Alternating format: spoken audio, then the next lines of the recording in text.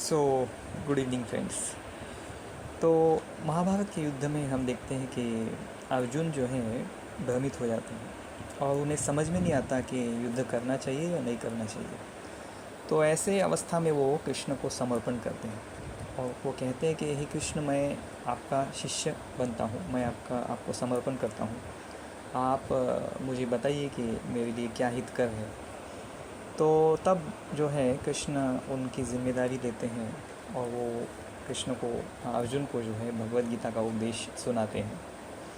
तो भगवद गीता का उपदेश सुनकर जो है अर्जुन का जो भ्रम है, उनका जो कन्फ्यूजन है, दूर हो जाता है और वो युद्ध करते हैं और वो विजयी हो जाते हैं। नेट युद्ध में पांडवों का विजय होता है। तो ऐसे ही हमारे लाइफ में भी हम कंफ्यूज हो जाते हैं, कई बार डिसीजन नहीं ले पाते क्या करना चाहिए। इस सिचुएशन में हम दुविधा में पड़ जाते हैं, हम कोई स्टेप ले नहीं पाते लाइफ में। कई बार ऐसा होता है कि हम स्टकअप हो जाते हैं लाइफ में, राइट। तो वैसे ही हमें अर्जुन के तरह ही हमें जो है कृष्ण को समर्पण करना है और कृष्ण को हमें सौंप देना है खुद को। तो कृष्ण को हम समर्पण कैसे करना है? हमें संकीर्तन करके, और संकीर्तन करके हमें कृष्ण को समर्पण करना है और कृष्ण को खुद को सौंप देना है। तो कृष्ण तब हमें स्वीकार करते हैं। जब हम ऐसे संकीर्तन करके प्रार्थना पूर्वक भाव में कृष्ण को समर्पण करते हैं तो कृष्ण हमें स्वीकार करते हैं और फिर कृष्ण हमारे मार्गदर्शक बनते हैं। और जैसे फिर कृष्ण के उपदेशों का पालन करके अर्जुन ने महाभारत का जो युद्ध है उसमें विजय प्राप्त की पांडवों ने, वैसे ही हम जब रोज़ संकीर्तन करते हैं, कृष्ण के भगवद गीता के उपदेशों का पालन करते हैं, तो संकीर्तन करके भगवद गीता रोज़ पढ़ते हुए, उसका अध्ययन करते हुए, भगवद गीता के पवित्र उपदेशों का पालन करते हुए हम जब आगे बढ़ते हैं जीवन में, तो हमारे लाइफ में जो भी कन्फ्यूजन है, जो भी दुविधा है, वो जो है वो दूर हो जाती है। हमारा in the words, simple words में ये कहना चाहता हूँ कि हमारा जो विज़न है वो क्लियर होता है। हमें समझ में आता है लाइफ में कि कैसे आगे बढ़ना है, हमें लाइफ में कैसे निर्णय लेने हैं, किस दिशा में हमें आगे बढ़ना है। ऐसे हमें स्पष्ट रूप से पता चलता है दोस्तों। तो क्योंकि बेसिकली संकीर्तन करने से जो है हमारा हृदय शुद्ध होता है। तो हृदय शुद्ध होता है तो हमारा विज़न क्लियर होता है कि क्या एग्जैक्टली करना चाहिए लाइफ में, कैसे मुझे आगे बढ़ना है। तो हमारा विज़न जब क्लियर होता है, विज़न में जब क्लैरिटी वो आती है, स्पष्टता आती है, तो हमें फिर आगे बढ़ने में कोई जो है मुश्किल नहीं रहती, परेशानी नहीं रहती।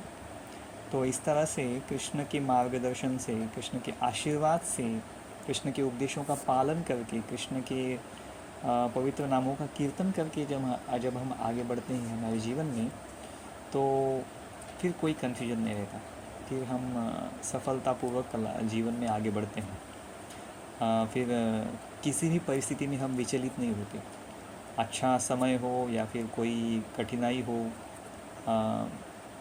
प्रॉफिट हो या लॉस हो, हेल्थ अच्छा हो या ना हो, कोई हमारा मान रखे या ना भी रखे, तो ऐसे किसी भी जीवन की परिस्थितियों में हम विचलित नहीं होते, क्योंकि कृष्ण की कृपा, वो भक्ति की शक्ति हमारे साथ में होती है। तो इसीलिए समर्पण कीजिए, रोज़ समर्पण कीजिए कृष्ण के चरणों में, हर क्षण समर्पण कीजिए अपने हृदय से।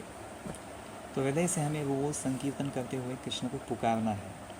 तो जब हम ऐसे पुकारेंगे तो कृष्ण फिर हमें स्वीकार करेंगे और फिर हमारी जिम्मेदारी वो लेंगे और हमें हमारे हृदय से उपदेश करेंगे कि हमें आगे क्या, कैसे बढ़ना चाहिए, कैसे, किस दिशा में हमें आगे बढ़ना चाहिए, कैसे हमें निर्णय लेना चाहिए। तो रोज़ संकीर्तन कीजिए। कृष्ण की कृपा, कृष्ण के गाइडेंस, कृष्ण के आशीर्वाद, कृष्ण के प्रोटेक्शन के लिए, जीवन में आगे बढ़ने के लिए, एक सफल, सुखद, आनंदी जीवन जीने के लिए, जीवन में जो भी हमारे संकट, कठिनाइयाँ हैं, उसके ऊपर मात करके, उसके ऊपर विजय प्राप्त करके एक सफल जीवन की तरफ बढ़ने के लिए कृष्ण को समर्पण कीजिए और वो संकीर्तन कीजिए। तो चलिए दोस्तों, संकीर्तन करते हैं। हरे Krishna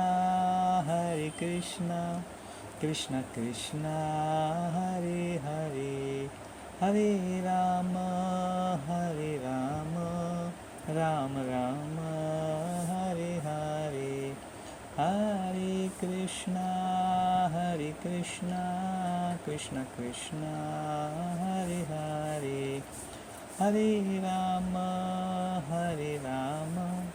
Rama Rama, Hare Hare, Hare Krishna, Krishna Krishna, Hare Hare, Hare Rama, Rama Rama, Hare Hare, Hare Krishna, Krishna Krishna, Hare Hare, Hare Rama,